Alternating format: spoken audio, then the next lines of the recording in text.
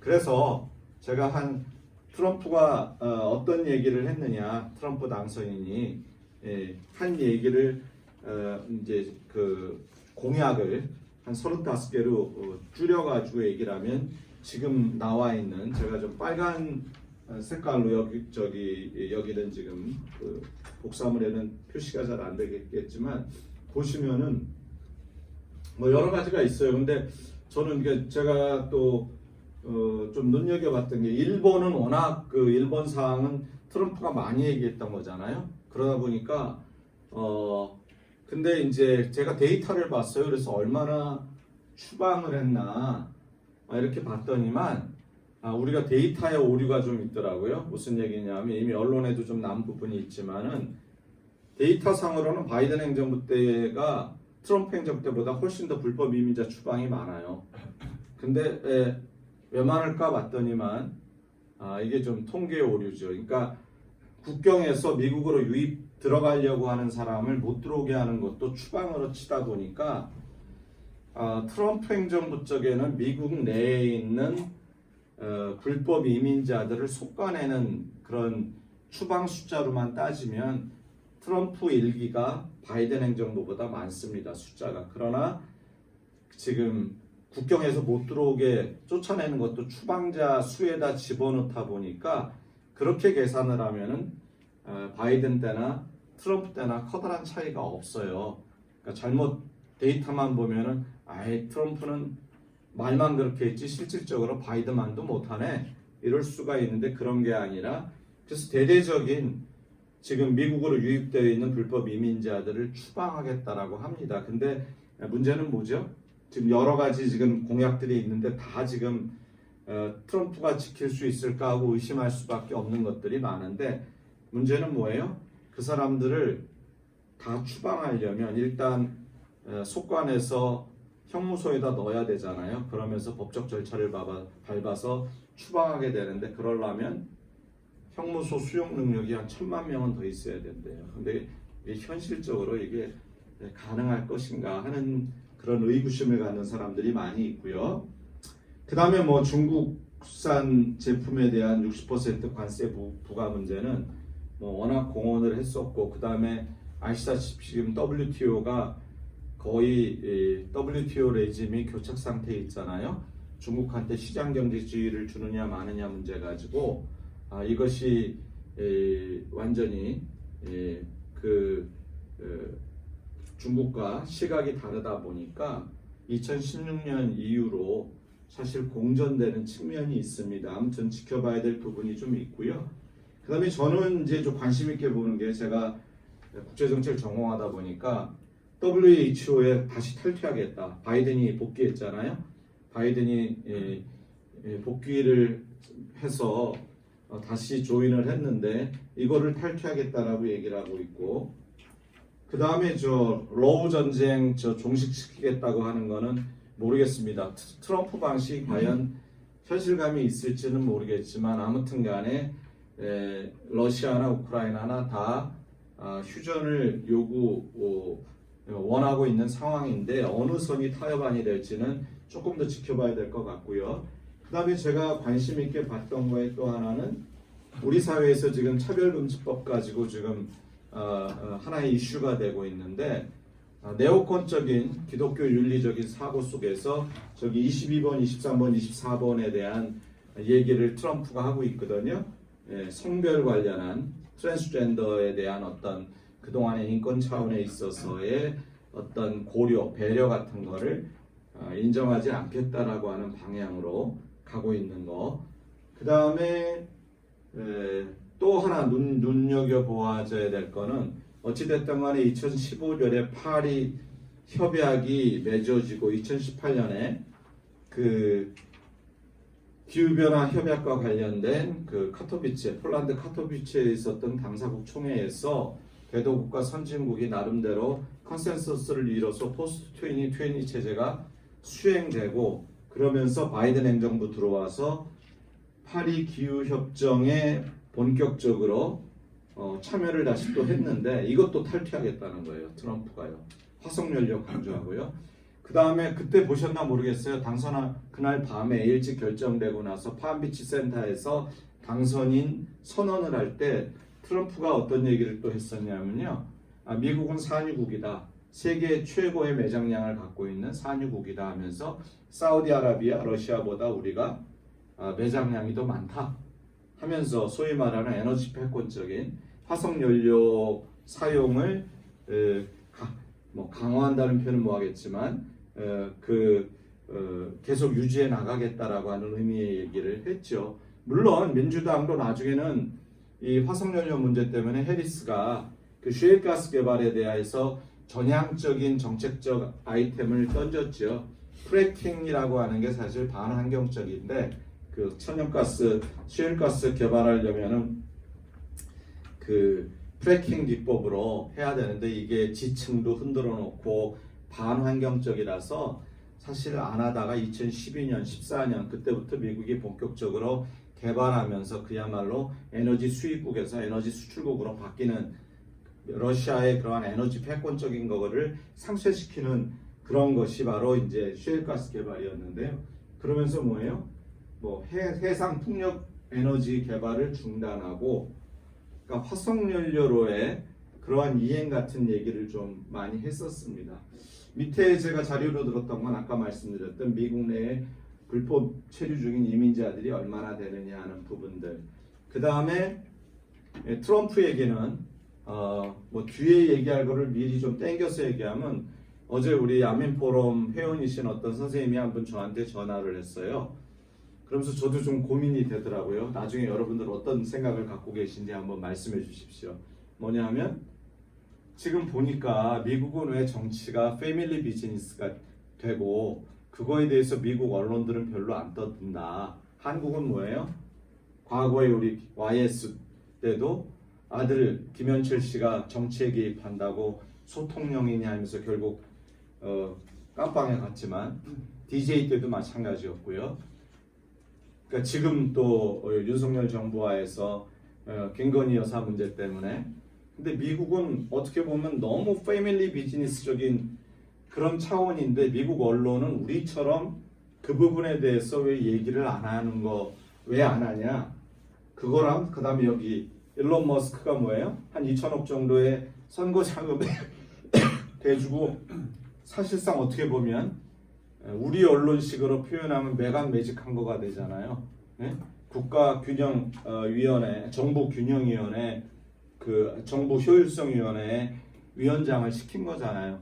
생각하기에 따라서 인재 영입일 수도 있지만 한편으로 보면은 선거 자금을 댄 거에 대한 반대급부로 받는 얘기가 될 수가 있잖아요. 그래서 그리고 이미 들으셔서 아시겠지만 정부 효율성위원회 그 이니셜이 뭐죠?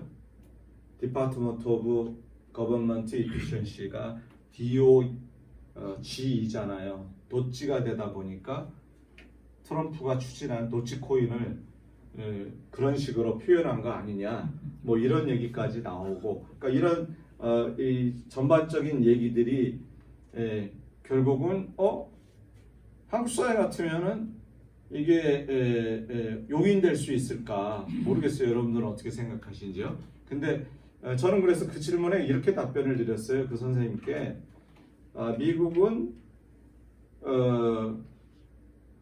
어떤 포지션을 가지고 가족일지라도 어떤 포지션을 가지고 제도화된 틀 속에서 업무를 수행하면 그것에 대해서 거기에 물론 권한만큼 책임이 부여되니까 제도적인 차원에서 문제를 일으키지 않느냐 하는 것에 대해서 관심을 갖는 제도적인 차원에서 패밀리 비즈니스적인 그러한 정치행위에 대해서 생각을 하는 것 같고 한국은 문화적 정서적 차원에서 가족이 개입할 수가 있느냐라고 하는 그런 부분이 왜 그런 차이가 생기느냐 미국은 사법 체계에 대한 사회의 신뢰가 있다 보니까 뭔가 부정적인 일을 하면은 처벌이나 제도적으로 어떤 그 제한이 가해지게 대한 믿음이 강한데 우리는 그러한 사법 체계의 그런 제도를 통한 제한과 투명성 제고에 대한 믿음이 약해서 좀 그런 부분이 차이가 나지 않느냐는 그걸 했습니다. 여담으로 한 마디만 더 드리면 2016년에 2017년에 그때 우리 박근혜 대통령 탄핵했을 때 그때 제가 이제 미국에 있었을 때 제가 소속됐던 아시아 연구소 소장이 인도 사람이었어요. 그래서 제가 그 인도 소장이 저한테 얘기했던 게 너희 나라 좀 이상하다. 자기 나라 정치 입장에서 정치적인 문화 상황에서 보면 아무것도 잘못한 게 없는 것 같다 그러는 거예요. 저는 그 당시 씩씩거리면서 아씨 뭐야 이게 지금 우리가 대통령을 뽑았는데 실제로 다른 그런 후견인이 영향력을 행사해서 했다는 거 알고 저도 그 당시 한국 사회의 정서 속에서 얘기를 했는데 그 사람은 인도 정치에는 주술사도 있었고요. 다양한 그런 물론 가족들은 말할 것도 없고요. 시어머니가 통치하기도 하고 사실상 그런 거에 대해서 별로 그렇게 안 하는데 너희들은 이런 거 가지고 탄핵을 하냐? 그런 얘기를 들은 적이 있어요. 그래서 그 당시에는 얘가 무슨 소리 하는 거야? 민주주의적 사고가 아니네 이렇게 생각한 부분도 있었지만은 지금 이제 이 시점에서 돌이켜 생각을 해보면 조금 다른 생각도 저는 많이 들더라고요. 그래서 그때 우리가 너무 우리 사회가 어떤 그 기준이라고 하는 게 어떻게 본다면은 조금은 합리성, 제도적 차원에 있어서의 것과 조금 거리가 있는 뭔가 다른 한국 사회의 기준이 있는 게 아닌가 하는 생각도 해봤습니다. 아무튼 그래서 한 10분 내로 끝낼게요. 죄송합니다. 여러 가지 현안들이 있는데 이미 아시겠지만은 통상과 관련해서는 과연 트럼프가 얼마만큼 관세를 통해서 이제 무역 상대국들을 통제하려고 하는 부분이 있는데 물론 주 대상은 중국이겠지만 그럼에도 불구하고 우리가 유탄을 맞을 수가 있으니까요. 그런 맥락에서 한번 봐야 되는데 우리에게서의 커다란 관심은 반도체하고 자동차 이런 쪽이죠. 그래서 우리가 사실 삼성이나 SK 하이닉스가 미국에 투자하기로 했던 건 다 바이든 행정부하에서의 칩스 액트 즉 반도체 지원법이라고 하는 그런 것 때문에 보조금 받는 것 때문에 우리가 응한 면이 있는데 과연 이 향방이 어떻게 될 거냐? 물론 WTO 정보기술협정에 위배되고 한미 FTA도 위배되지만 트럼프는 분명히 손을 댈 거다. 근데 저 예상은 그래요. 이미 결정한 거에 대해서는 언급을 안 하고 그러니까 문제 삼지 않고 앞으로의 것들만 미국이 트럼프 행정부가 스탑시키지 않을까 하는 게 제가 봤을 때는 그런 측면이 더 강하다는 말씀을 드리고요. 배터리 부분도 그렇잖아요. IRA 그 인플레이션 감축법에 해당되는데 저게 중요한 게 뭐예요? LCI라고 해서 자국산 소재를 몇 % 이상 들어가지 않으면 미국 그 소재가 들어가지 않으면 수입을 금지하겠다 이런저런 부분들인데 이 부분도 나름대로의 그 타협을 보지 않을까 하는 생각이 듭니다. 그래서 결과적으로 미국이 반도체든 배터리든 미국의 전략 산업 내지는 과학기술 협력을 필요로 하는 부분에 있어서 한국, 일본, 대만과 연합해야 될 부분들에 있어서 트럼프가 어떤 그런 부분의 어떤 압박보다는 저는 우리가 지난해에 대미 무역 수지 흑자가 444억 달러거든요.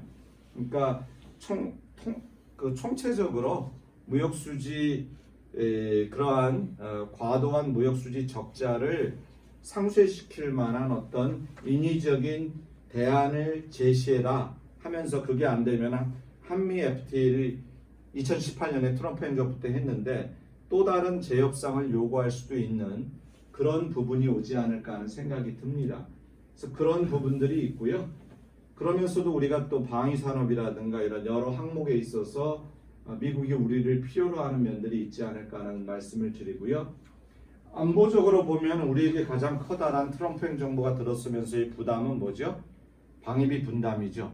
방위비 분담인데 의도했는지 뭐 의도했겠죠. 우리가 지난달에 10월 4일인가요? 방위비 특별 재협상을 해가지고 2026년부터 2030년까지 5년간의 분담금을 얼마로 할 것이냐에 대한 협상을 마무리했습니다. 그래서 2026년 경우에는 2025년에 8.3% 이상 해서 1조 한 5천억 원인가요? 그 정도로 우리가 분담하는 걸로. 물론 트럼프는 뭐 얘기해요? 10조 얘기하고 있죠. 네? 진짜 10조 요구하면 주한미군 철수하라고 할 수밖에 없는 상황이 될 수도 있는데, 아무튼 저 부분에 있어서는 근데 이제 안타까운 거는 이렇게 발빠르게 움직이긴 했어요. 바이든 행정부하고. 근데 사실 조약이 있고 의회하고 행정부 그 명령이 있고 행정부 명령이 있는데 지금 상하 양원을 공화당이 장악하고 있기 때문에 언제든지 트럼프가 이 협상을 무효화시키고 행정명령으로 재협상하자면 해야 되는 상황입니다. 근데 아무튼 지켜봐야 되겠고요. 그 다음에 제가 좀 말씀드리고 싶은 것은 트럼프 행정부에 대한 기대와 우려인데요. 그 대북 정책에 있어서 획기적인 어떤 변화가 야기될 가능성이 좀 전 크다고 보거든요. 그러면 과연 트럼프 행정부가 북한, 그러니까 한반도 비핵화, 북한 비핵화 의미는 좀 다르지만 이 비핵화 문제와 관련해서 논의할 때 과연 주한미군 철수나 감축 카드를 어디까지 쓸 거냐, 그 부분을 저는 쓸 수 있는 정권이라고 보거든요. 그럼 우리는 뭔가 대비가 있어야 되지 않겠느냐, 우리의 카드가 있어야 되지 않겠느냐. 그래서 제가 요 밑에다가 써놓은 게 뭐 여러 선생님들 잘 아시겠지만 우리에게 있어서 가장 대외 정책에 있어서의 전환점 내지는 위기 상황을 맞이했던 게 1970년대 아닙니까? 그때가 닉슨 닥트린 이후로 이제 아시아 국가들은 아시아 안보를 자국에 책임져서 해나가는 식의 동아시아로부터의 철회를 얘기했던 게 닉슨 닥트린인데, 어느덧 그와 같은 성격의 변화가 있지 않을까. 트럼프 행정부 들어와서요. 그래서 우리가 조금은 50년 전의 기억 속에서 안보적인 의미에 있어서의 준비를 해야 되지 않을까 하는 생각을 갖게 됩니다. 자, 그래서 우리에게 있어서 아까 이제 그건 우려고요. 기대를 트럼프 행정부 때 한다면 지금 우리 정부가, 윤석열 정부가 대북 문제에 관해서 한 치 앞도 못 나가고 있잖아요. 그래서 제가 입구 전략이 지금 없는 것 같다. 없다는 표현보다는 어려운 것 같다.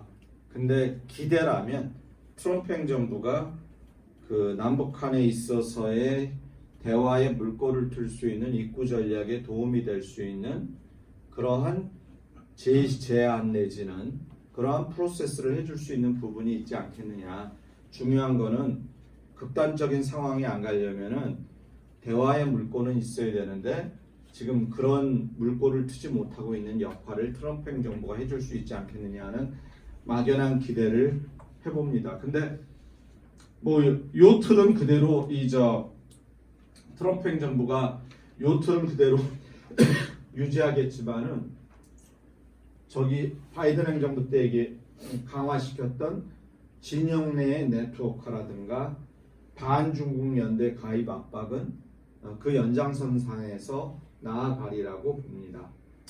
자, 그 다음에 지금 거론되고 있는 인물들이죠.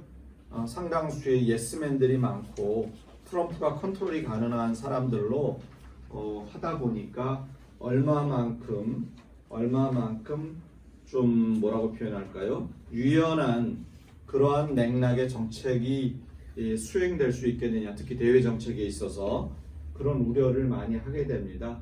그 베테랑들을 많이, 전쟁 영웅들을 많이 쓴다는 게 이미지 정서적인 차원에 있어서는 국민들의 지지를 유발할 수 있겠지만 한편으로 보면은 경직된 사고 속에서 움직여질 그런 부분도 있기 때문에 한번 우리가 생각해 봐야 되고요. 아까 얘기하려고 했던 게 이렇게 가계도를 보면 이제 트럼프 주니어가 그러니까 우리가 케네디, 부시 이렇게 명문 정치 가문이 있는데 트럼프가 이제는 자기 가문도 정치 가문으로 만들려는 게 아닌가 이런 얘기를 하는 사람도 많은데요. 아무튼 뭐 이방카 얘기를 하면서 처음에는 뭐 아버지랑 사이가 안 좋아서 그러다가 최근에 특히 언론에 많이 얘기되는 것은 이방카가 저런 권력을 행사하는 것보다는 돈벌이 본인이 사업하는 데 있어서 거기에 매달리다 보니까 이제 책임이 부여될 수 있는 저런 자리에는 안 가려고 한다. 뭐 그런 의미에서 얘기를 많이 합니다. 아무튼 좀 지켜봐야 될 부분이 있겠고요. 그래서 아까 말씀드렸던 그 패밀리 비즈니스 되는 얘기도 한번 생각해 보시면 좋지 않을까.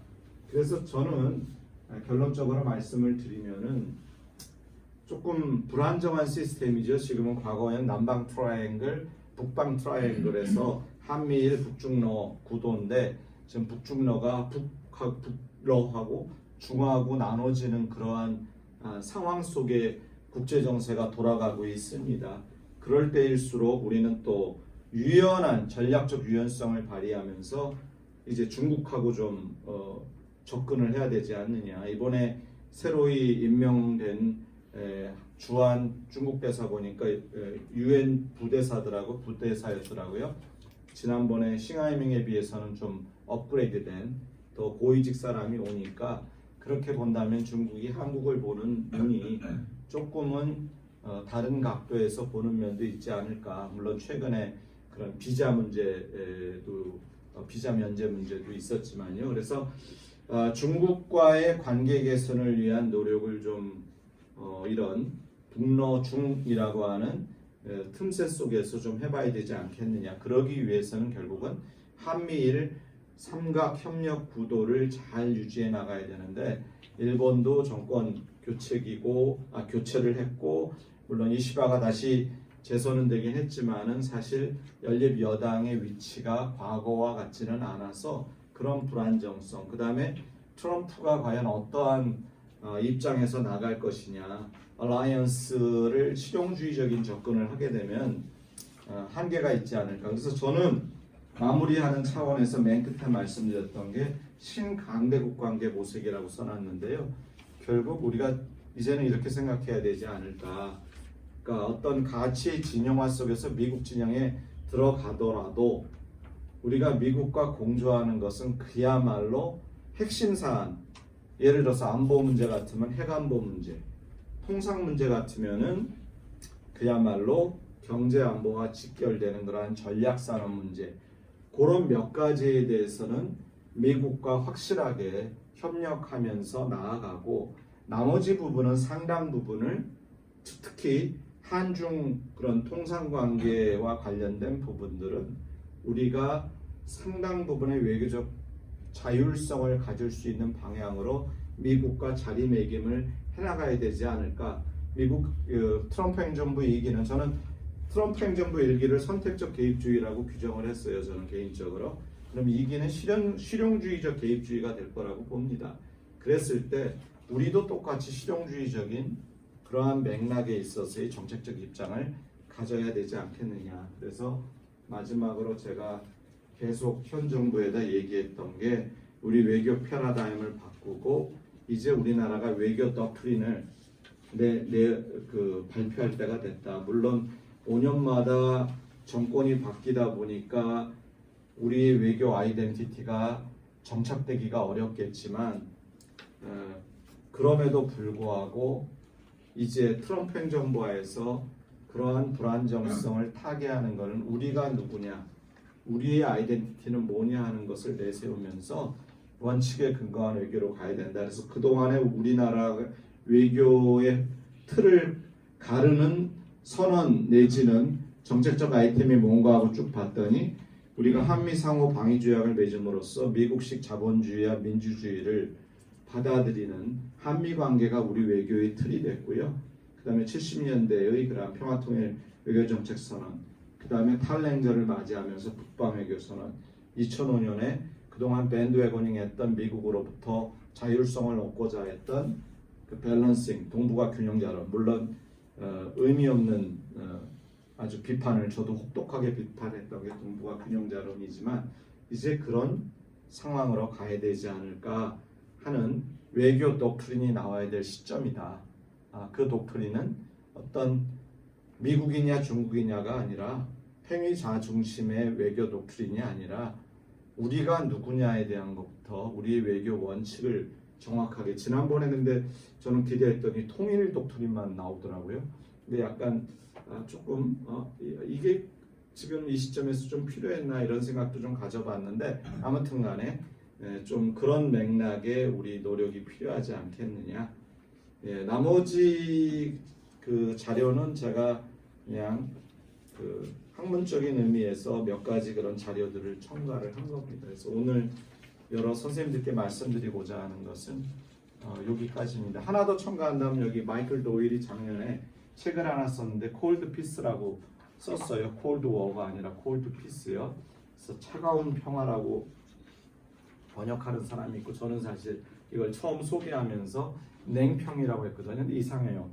그 콜드 워 할 때 냉전은 말이 좀 되는데 콜드 피스에서 냉평이라고 했더니 자꾸 냉면하고 헷갈려서 이게 조금 이게 학술용어로 정착을 시킬 수가 있겠는가 했는데 이 마이클 도일이 얘기했던 그 콜드 피스가 어떻게 보면은 적절한 미중 간에 그 타협할 수 있는 어떤 그런 포인트들을 잡고 있죠. 그래서 거기 하나만 얘기하면 대만 문제가 완차이나 얘기하는데 미국이 얘기하는 완차이나와 중국이 생각하는 말하는 완차이나가 틀리잖아요. 미국은 뭐예요? 그래 대만의 독립을 지지하진 않지만 뭐예요? 대만의 자치, 그 자율적인 통치는 지지한다. 그러니까 완차이나라는 말을 쓰지만 중국은 내 땅이다라고 생각하는데 미국은 그래 우리 대만 독립 지지 안 해. 그렇지만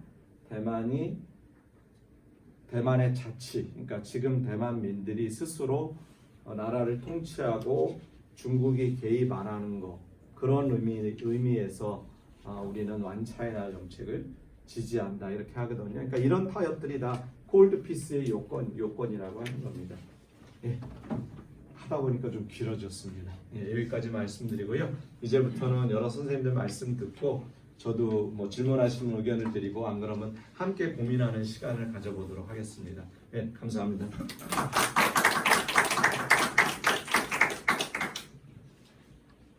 기대와 불안이 교차하는 상황인데 내년 경제가 더 안 좋을 거라는 소문도 실제 그런가요? 안 좋을 건가요? 모르겠지만 특히 트럼프와 더불어서